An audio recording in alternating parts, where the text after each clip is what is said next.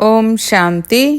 జనవరి 23వ తారీఖు 2024 ప్రాతఃమురళి. ఓం శాంతి. బాబ్దాదా మధువనము. ఈరోజు మధుర మహావాక్యాలు. బాబా చెప్తున్నారు, మధురమైన పిల్లలు, ఏ విధంగా బాబా మధురత యొక్క పర్వతమో అలా పిల్లలైన మీరు కూడా మధురమైన తండ్రిని మరియు వారసత్వాన్ని స్మృతి చేసి అతి మధురముగా అవ్వాలి. ప్రశ్న: మీరిప్పుడు ఏ విధి ద్వారా స్వయాన్ని సురక్షితముగా చేసుకుని మీ సర్వస్వాన్ని సురక్షితము చేసుకుంటారు? జవాబు: మీరంటారు, బాబా దేహసహితంగా ఈ పనికిరానివన్నీ ఏవైతే ఉన్నాయో ఈ మా సర్వస్వాన్ని మీకు ఇస్తాము మరియు మీ నుండి మళ్ళీ అక్కడ భవిష్యత్తులో అన్నింటినీ తీసుకుంటాము. తద్వారా మీరు సురక్షితము అయ్యారు. మీ సర్వస్వాన్ని బాబా లాకర్లో సురక్షితంగా ఉంచుతారు. ఇది శివబాబా యొక్క సేఫ్టీ బ్యాంక్. మీరు బాబా లాకర్లో ఉంటూ అమరులుగా అవుతారు. మీరు మృత్యువుపై కూడా విజయం పొందుతారు. శివబాబాకు చెందిన వారిగా అయ్యారు కావున సురక్షితము అయిపోయారు. ఇకపోతే ఉన్నత పదవిని పొందేందుకు పురుషార్థం చేయాలి. ఓం శాంతి. బాబా పిల్లల్ని అడుగుతారు, మధురమైన పిల్లలు, మీ భవిష్యత్తు యొక్క పురుషోత్తమ ముఖాన్ని చూస్తున్నారా?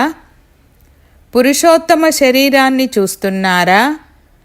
మేము భవిష్య కొత్త సత్యయుగ ప్రపంచములో ఈ లక్ష్మీనారాయణల వంశావళిలోకి వెళ్తాము, అనగా సుఖధామములోకి వెళ్తాము, అనగా పురుషోత్తములుగా అవుతామని మీకు అర్థమవుతుంది. విద్యార్థులు చదువుకునేటప్పుడు నేను ఫలానాగా అవుతానని వారి బుద్ధిలో ఉంటుంది కదా. మేము విష్ణు వంశావళిలోకి వెళ్తామని మీకు కూడా తెలుసు. ఎందుకంటే విష్ణువు యొక్క 2 రూపాలు లక్ష్మీనారాయణులు. ఇప్పుడు మీ బుద్ధి అలౌకికంగా ఉంది. ఇంకెవ్వరి బుద్ధిలోనూ ఈ విషయాల చింతన జరగదు. మనం సత్యమైన బాబా అయిన శివబాబా సాంగత్యంలో కూర్చున్నామని ఇక్కడ మీకు తెలుసు. ఉన్నతోన్నతుడైన తండ్రి మనల్ని చదివిస్తున్నారు. వారు అత్యంత మధురమైన వారు. ఆ మధురాతి మధురమైన తండ్రిని ఎంతో ప్రేమగా స్మృతి చెయ్యాలి. ఎందుకంటే తండ్రి అంటారు, పిల్లలు, నన్ను స్మృతి చేయడం ద్వారా మీరు ఈ విధంగా పురుషోత్తములుగా అవుతారు మరియు జ్ఞానరత్నాలను ధారణ చేయడం ద్వారా మీరు భవిష్య 21 జన్మల కొరకు పదమాపతులుగా అవుతారు. ఈ విధంగా బాబా వరాన్ని ఇస్తున్నారు. ఈ వరము మధురాతి మధురమైన ప్రేయసులకు లేక మధురాతి మధురమైన సుపుత్రులకు లభిస్తుంది. మధురాతి మధురమైన పిల్లలను చూసి తండ్రి సంతోషిస్తారు. ఈ నాటకంలో అందరూ తమ తమ పాత్రలను అభినయిస్తున్నారని పిల్లలకు తెలుసు. అనంతమైన తండ్రి కూడా ఈ అనంతమైన డ్రామాలో సన్ముఖంగా పాత్రను అభినయిస్తున్నారు. మధురమైన తండ్రి యొక్క మధురమైన పిల్లలైన మీకు మధురాతి మధురమైన తండ్రి సన్ముఖంగా కనిపిస్తున్నారు. ఆత్మలే ఈ శారీరక ఇంద్రియాల ద్వారా ఒకరినొకరు చూసుకుంటారు. కావున మీరు మధురమైన పిల్లలు. తండ్రికి తెలుసు, నేను పిల్లల్ని చాలా మధురంగా తయారు చేయడానికి వచ్చాను. ఈ లక్ష్మీనారాయణులు అత్యంత మధురమైన వారు కదా. ఏ విధంగా వీరి రాజధాని మధురమైనదో అలా వీరి ప్రజలు కూడా మధురమైనవారు. మందిరాలకు వెళ్ళినప్పుడు వారిని ఎంత మధురమైన దృష్టితో చూస్తారు. మందిరము తెరవగానే మేము ఆ మధురమైన దేవతలను దర్శించుకోవాలని అనుకుంటారు.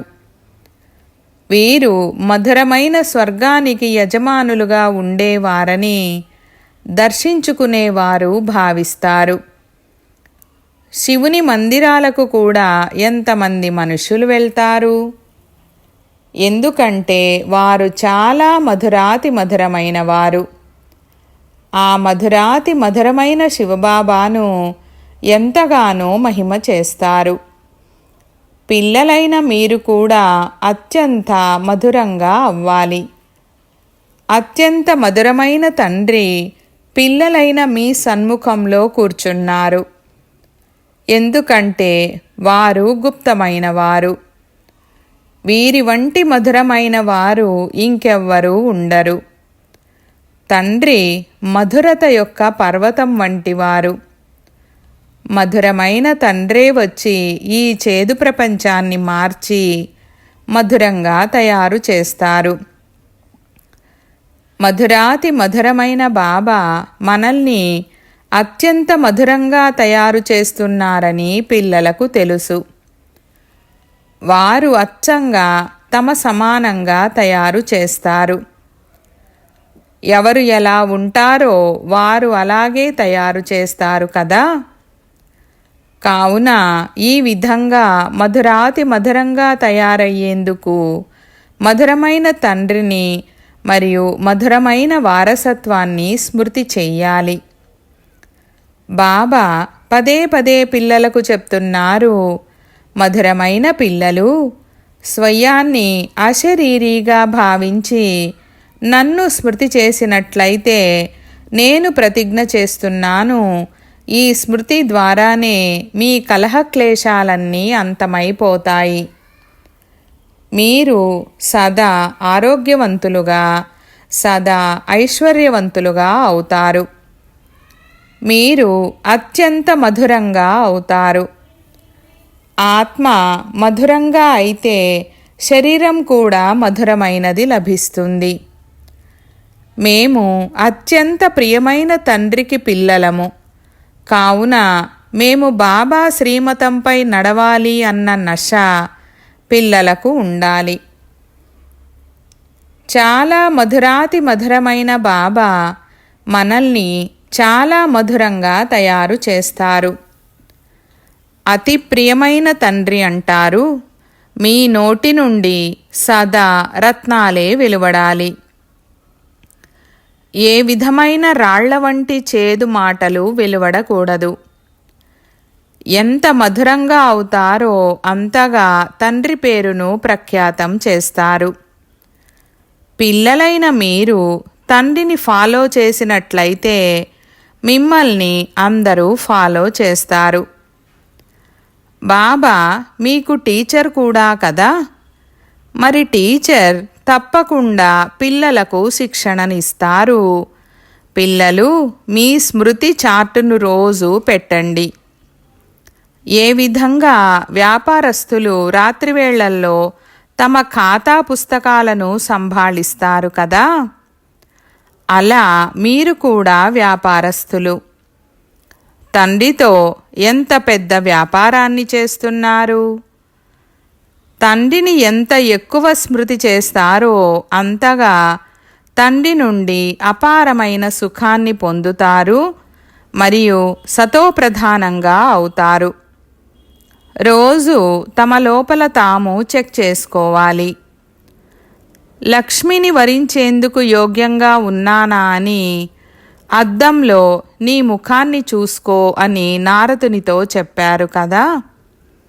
అలా మీరు కూడా చూసుకోవాలి, నేను ఈ విధంగా అయ్యేందుకు యోగ్యంగా ఉన్నానా? లేదు అంటే నాలో ఏమేమి లోపాలున్నాయి? ఎందుకంటే పిల్లలైన మీరు పర్ఫెక్టుగా అవ్వాలి. తండ్రి పర్ఫెక్టుగా తయారు చెయ్యడానికే వచ్చారు. కావున నిజాయితీగా మిమ్మల్ని మీరు చెక్ చేసుకోవాలి. నాలో ఏమేమి లోపాలు ఉన్న కారణంగా నేను ఉన్నత పదవిని పొందలేనని భావిస్తున్నాను. ఈ భూతాలను పారద్రోలే యుక్తిని తండ్రి తెలియజేస్తూ ఉంటారు. తండ్రి కూర్చొని ఆత్మలందరినీ చూస్తూ ఉంటారు.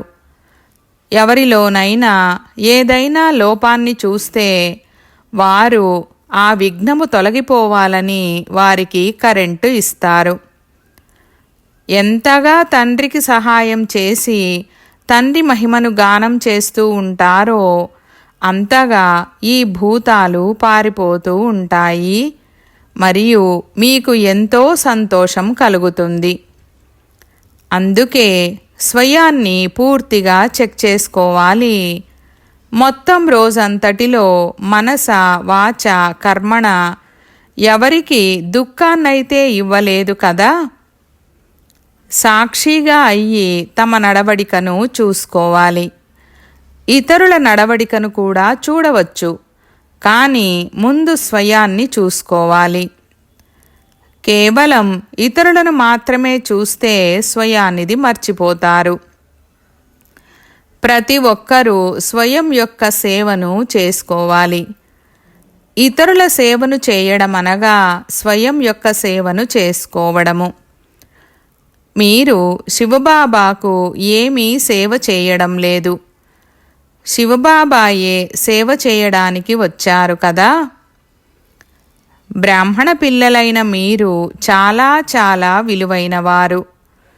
మీరు శివబాబా బ్యాంకులో సురక్షితంగా కూర్చున్నారు. మీరు బాబా లాకర్లో ఉంటూ అమరులుగా అవుతారు. మీరు మృత్యువుపై విజయాన్ని పొందుతున్నారు. శివబాబాకు చెందిన వారిగా అయ్యారు, కావున సురక్షితము అయ్యారు. ఇకపోతే ఉన్నత పదవిని పొందేందుకు పురుషార్థము చెయ్యాలి. ప్రపంచంలో మనుషుల వద్ద ఎంతగా ధనం సంపద ఉన్నా సరే అవన్నీ అంతమైపోనున్నాయి. ఏమీ మిగిలి ఉండవు. పిల్లలైన మీ వద్దనైతే ఇప్పుడు ఏమీ లేదు. ఈ దేహము కూడా లేదు. దీనిని కూడా తండ్రికి ఇచ్చేయండి.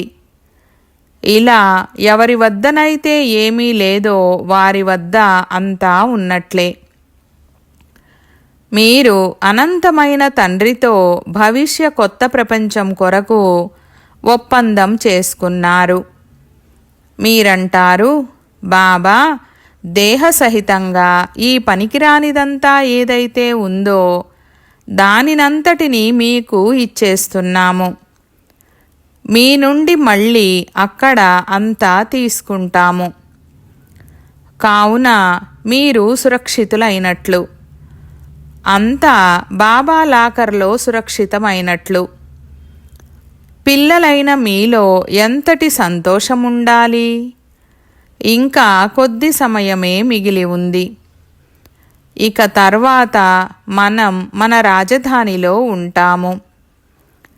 మిమ్మల్ని ఎవరైనా అడిగితే మీరు చెప్పండి, వాహ్, మేము అనంతమైన తండ్రి నుండి అనంతమైన సుఖము యొక్క వారసత్వాన్ని తీసుకుంటున్నాము.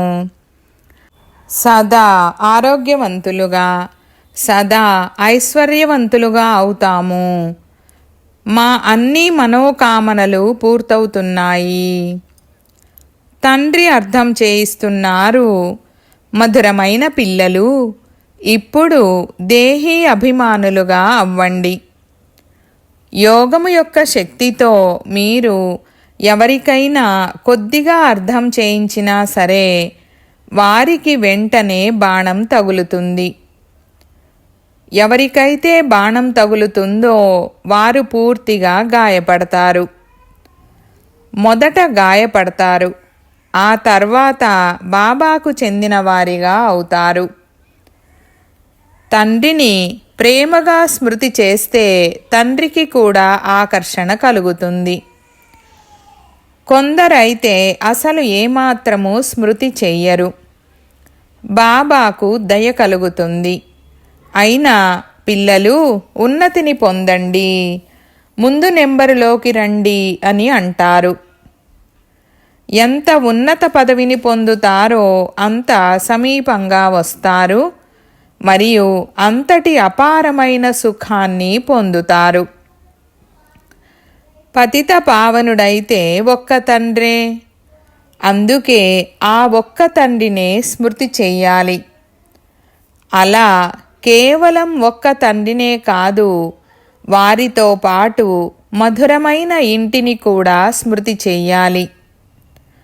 అలా కేవలం మధురమైన ఇల్లే కాదు, ధన సంపదలు కూడా కావాలి. అందుకే స్వర్గధామాన్ని కూడా స్మృతి చెయ్యాలి. పవిత్రంగా తప్పకుండా అవ్వాలి. ఎంత వీలైతే అంత పిల్లలు అంతర్ముఖులుగా అయి ఉండాలి. ఎక్కువ మాట్లాడకండి, శాంతిగా ఉండండి.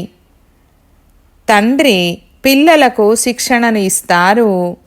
మధురమైన పిల్లలు అశాంతిని వ్యాపింప చెయ్యకూడదు. మీరు మీ ఇంట్లో గృహస్థములో ఉంటూ కూడా చాలా శాంతిగా ఉండండి. అంతర్ముఖులుగా అయి ఉండండి. చాలా మధురంగా మాట్లాడండి. ఎవరికి దుఃఖాన్ని ఇవ్వకండి. క్రోధము చెయ్యకండి. క్రోధమనే భూతము ఉన్నట్లయితే స్మృతిలో ఉండలేరు. తండ్రి ఎంత మధురమైనవారు! కావున పిల్లలకు కూడా అర్థం చేయిస్తున్నారు, బుద్ధిని భ్రమింప చెయ్యకండి. బాహ్యముఖులుగా అవ్వకండి, అంతర్ముఖులుగా అవ్వండి. తండ్రి ఎంత ప్రియమైన వారు మరియు పవిత్రమైన వారు. పిల్లలైన మిమ్మల్ని కూడా తమ సమానంగా పవిత్రంగా తయారు చేస్తారు. మీరు ఎంతగా తండ్రిని స్మృతి చేస్తారో అంతగా అతి ప్రియమైన వారిగా అవుతారు. దేవతలు ఎంత ప్రియమైన వారు! ఇప్పటి వరకు కూడా వారి జడచిత్రాలను పూజిస్తూ ఉంటారు. కావున తండ్రి అంటారు, పిల్లలు మీరు మళ్ళీ ఈ విధంగా ప్రియమైన వారిగా అవ్వాలి. ఏ దేహధారి, ఏ వస్తువు చివరి సమయంలో గుర్తుకు రాకూడదు. ఎంత ప్రేమగా తండ్రిని స్మృతి చెయ్యాలంటే ఇక అలా కూర్చొని ఆ ప్రేమలో అశ్రువులు ప్రవహిస్తూ ఉండాలి. బాబా, ఓ మధురమైన బాబా, మీ నుండైతే మాకు సర్వస్వము లభించింది. బాబా, మీరు మమ్మల్ని ఎంత ప్రియమైన వారిగా తయారు చేస్తున్నారు. ఆత్మ ప్రియంగా అవుతుంది కదా. ఏ విధంగా తండ్రి అతి ప్రియమైన వారో పవిత్రమైన వారో అలా పవిత్రముగా అవ్వాలి.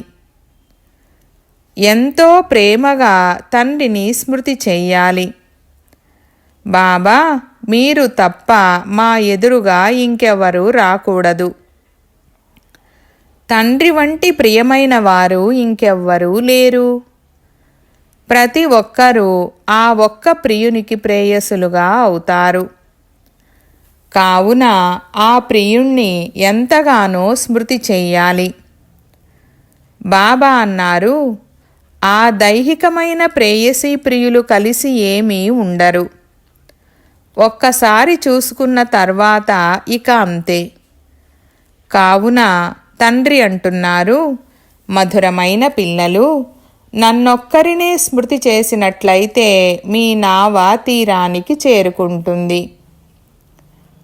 ఏ మధురమైన తండ్రి ద్వారా మనము వజ్రతుల్యంగా అవుతామో అటువంటి తండ్రి పట్ల మనకు ఎంత ప్రేమ ఉంది.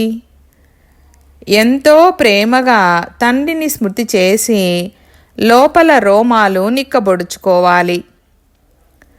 లోపాలు ఏవైతే ఉన్నాయో వాటిని తొలగించుకొని పవిత్రమైన వజ్రంగా అవ్వాలి. ఒకవేళ కొద్దిగా లోపము ఉన్నా కానీ విలువ తగ్గిపోతుంది. స్వయాన్ని చాలా విలువైన వజ్రంగా తయారు చేసుకోవాలి. తండ్రి స్మృతి సతాయించాలి. దానిని మర్చిపోకూడదు. ఇంకా ఎక్కువగా స్మృతి సతాయించాలి. బాబా బాబా అంటూ పూర్తిగా శీతలంగా అయిపోవాలి. తండ్రి ద్వారా ఎంతటి భారీ వారసత్వం లభిస్తుంది. పిల్లలైన మీరిప్పుడు మీ దైవీ రాజధానిని స్థాపన చేస్తున్నారు. పురుషార్థాన్నైతే అందరూ చేస్తూ ఉంటారు. ఎవరైతే ఎక్కువ పురుషార్థం చేస్తారో వారు ఎక్కువ ప్రైజ్ను పొందుతారు. ఇది నియమము. స్థాపన జరుగుతోంది. దీనిని దైవీ రాజధాని అని అనండి, లేక పూలతోట అని అనండి. పూలతోటలో కూడా పూలు నెంబర్ వారుగా ఉంటాయి. కొన్ని చాలా ఫస్ట్ క్లాస్ ఫలాలను ఇస్తాయి. కొన్ని సాధారణమైనవి ఇస్తాయి. ఇక్కడ కూడా అలాగే ఉంటుంది. కల్పక్రితము వలె నెంబర్వారు పురుషార్థానుసారంగా మధురంగా కూడా అవుతున్నారు. అలాగే సుగంధమయముగా కూడా అవుతున్నారు. వెరైటీ పుష్పాలు ఉన్నాయి. అనంతమైన తండ్రి ద్వారా మేము స్వర్గాధిపతులుగా అవుతున్నామని పిల్లలకు నిశ్చయముంది. స్వర్గాధిపతులుగా అవ్వడంలో ఎంతో సంతోషం ఉంటుంది. తండ్రి కూర్చొని పిల్లలను చూస్తారు. ఇంటిపై ఇంటి యజమాని దృష్టి ఉంటుంది కదా.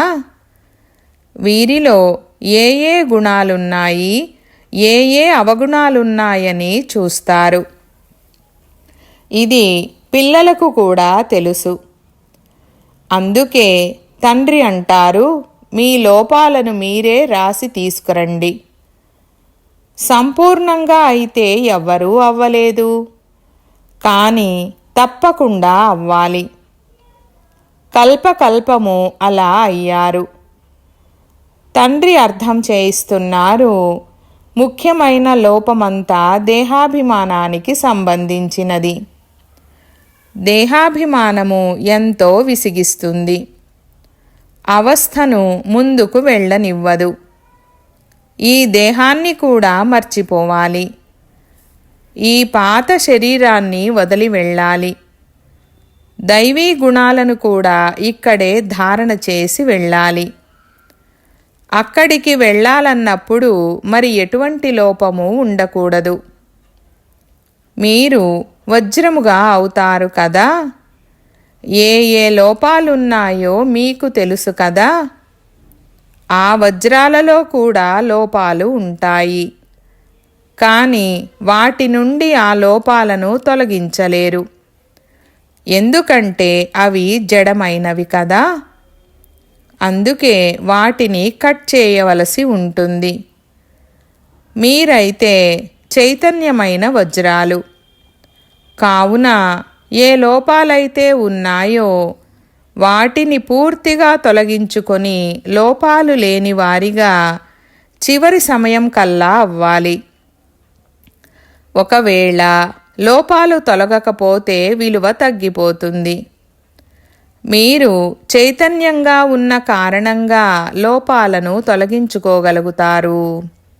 అచ్చా, मीठे मीठे सिकीलधे बच्चों प्रति मात पिता बाप दादा का याद प्यार और गुड मॉर्निंग. रूहानी बाप की रूहानी बच्चों को नमस्ते. हम रूहानी बच्चों की रूहानी बाप दादा को याद प्यार, गुड मॉर्निंग और नमस्ते नमस्ते बाबा नमस्ते. ధారణ కొరకు ముఖ్య సారము 1వ పాయింట్. ఎంత వీలైతే అంత అంతర్ముఖులుగా అయ్యి శాంతిగా ఉండాలి. ఎక్కువ మాట్లాడకూడదు. అశాంతిని వ్యాపింప చెయ్యకూడదు. చాలా మధురంగా మాట్లాడాలి. ఎవరికి దుఃఖాన్ని ఇవ్వకూడదు, క్రోధము చెయ్యకూడదు, బాహ్యముఖులుగా అయ్యి బుద్ధిని భ్రమింప చెయ్యకూడదు. 2వ పాయింట్, పర్ఫెక్టుగా అయ్యేందుకు నిజాయితీగా స్వయాన్ని చెక్ చేసుకోవాలి. మాలో ఏమేమి లోపాలు ఉన్నాయి, సాక్షిగా అయ్యి తమ నడవడికను చూసుకోవాలి. భూతాలను పారద్రోలేందుకు యుక్తిని రచించాలి.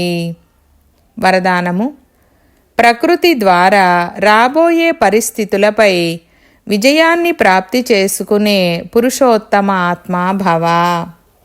వివరణ: బ్రాహ్మణ ఆత్మలు పురుషోత్తమ ఆత్మలు. ప్రకృతి పురుషోత్తమ ఆత్మలకు దాసి వంటిది. పురుషోత్తమ ఆత్మలను ప్రకృతి ప్రభావితము చేయలేదు. కావున చెక్ చేసుకోండి, ప్రకృతి యొక్క అలజడి తమ వైపుకు ఆకర్షితము చెయ్యడం లేదు కదా. ప్రకృతి సాధనాలు మరియు సౌకర్యాల రూపములో ప్రభావితమైతే చెయ్యడం లేదు కదా.